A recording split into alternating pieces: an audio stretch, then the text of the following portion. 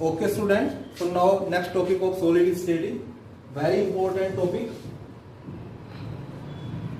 3 marks का इस पे आपका क्वेश्चन आता है numerical. Calculate the density of a unit cell.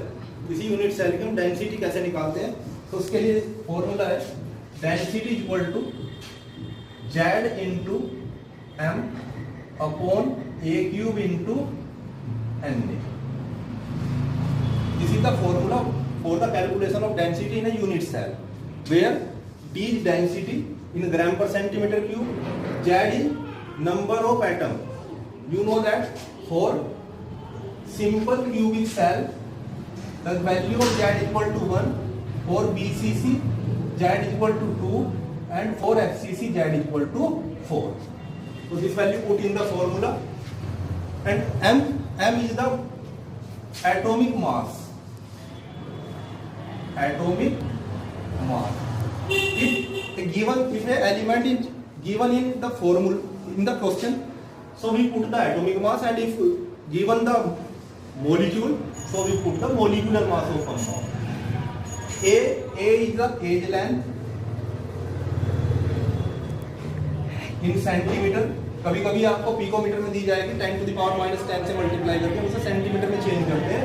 And N is the Avogadro number, and the value of Avogadro number is 6.022 into 10 to the power 23. आप सब अच्छी तरह जानते हैं, क्लास 11 से आप कई बार पढ़ चुके हो. So this is the question. Question number 13 of NCERT exercise. Niobium, Nb is the symbol. Niobium crystallized in BCC structure. So BCC given, so Z equal to 2. If density is 8.55 gram centimeter cube inverse, density D given, calculate atomic radius R calculate करना है of niobium using its atomic mass is 93.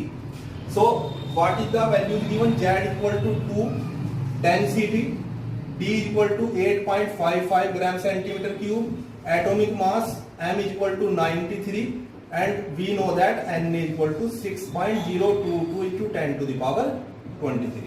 Put these value in the formula and calculate the edge length A.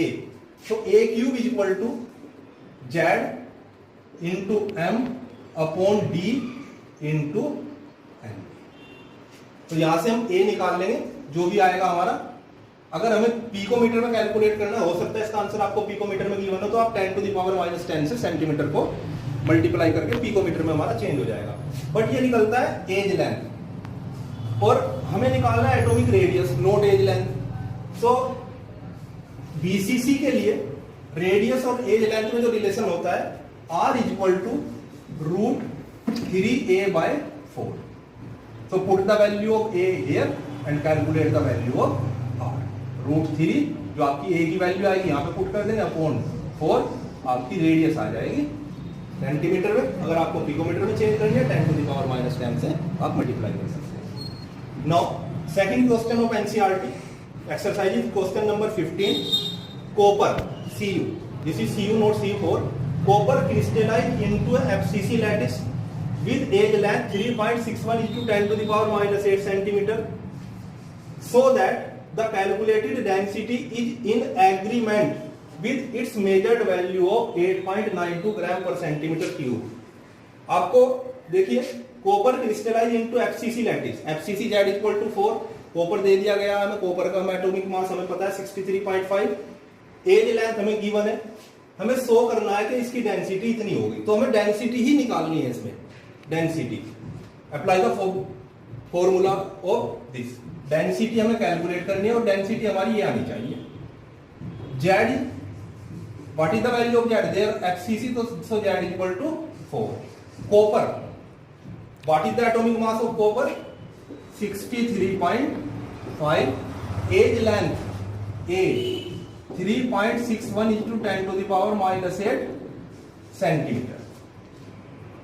All the value here, and N is Avogadro number 6.022 into 10 to the power 23.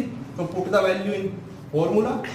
D हमें calculate करना है, Z 4, M 63.5, A cube 3.61 into 10 to the power -8 cube, and Na is 6.022 into 10 to the power 23। तो आपकी density जो है वो इसके लगभग आनी चाहिए 8.92 ग्राम पर सेंटीमीटर क्यूब। तो ये डेंसिटी से रिलेटेड और भी क्वेश्चंस हैं हमारे। ये 3 मार्क्स का आपका क्वेश्चन आता है बेटा, 3 मार्क्स और 2 मार्क्स का, और ये ऐसा टॉपिक है जो कंपलसरी होता है सॉलिड स्टेट में, इसमें क्वेश्चन आपका आता ही आता है।